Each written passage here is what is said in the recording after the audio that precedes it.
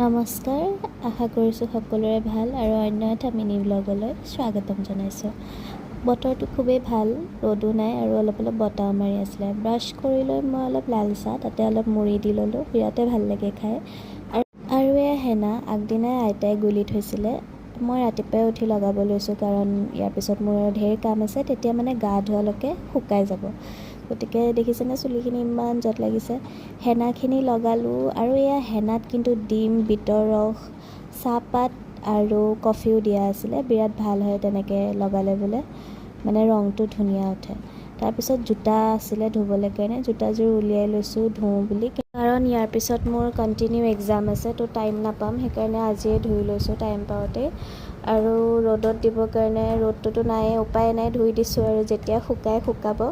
আৰু জোতাযোৰ ধুলেতো নহ'ব ন, ফিটাডালো ধুব লাগিব, সেইকাৰণে সেইডালো ধুই লৈছোঁ। আৰু এয়া আলনাখনৰ অৱস্থা নোহোৱা হৈ আছিলে। এই বগা কাপোৰকেইটা মই ধোৱা কাপোৰ হয়, কিন্তু টাইম নোপোৱাৰ কাৰণে এনেকৈয়ে থৈ দিছোঁ। এতিয়া জাপিম আৰু আলনাখন অলপ ঠিক কৰোঁ, নহ'লে মোৰ বিৰাট অশান্তি লাগি থাকে। আৰু এয়া চাওক বিফৰ এণ্ড আফটাৰ। তাৰপিছতে অলপ কাপোৰ চাপোৰ জাপি মেলি চব চিজিল টিজিল কৰি দুটামান প্লাম খাই ল'লোঁ, বিৰাটেই ভোক লাগি আছিলে। ৰাতিপুৱা সেই লাল চাহে খাইছিলোঁ। হেনাখিনিও শুকালে, গাটো ধুই আহিলোঁ আৰু মই শ্বেম্পু আজি নাই দিয়া, কাইলৈ দিম, কাৰণ লগে লগে শ্বেম্পু দিলে কালাৰটো নাথাকে বুলি কয়। আৰু অলমষ্ট 12টাই বাজি গৈছিলে, চ' মই লাঞ্চটো নাই কৰা, এনেকৈয়ে চেণ্ডউইচ আৰু কফি বনাই ল'লোঁ, সেয়াকৈ খালোঁ।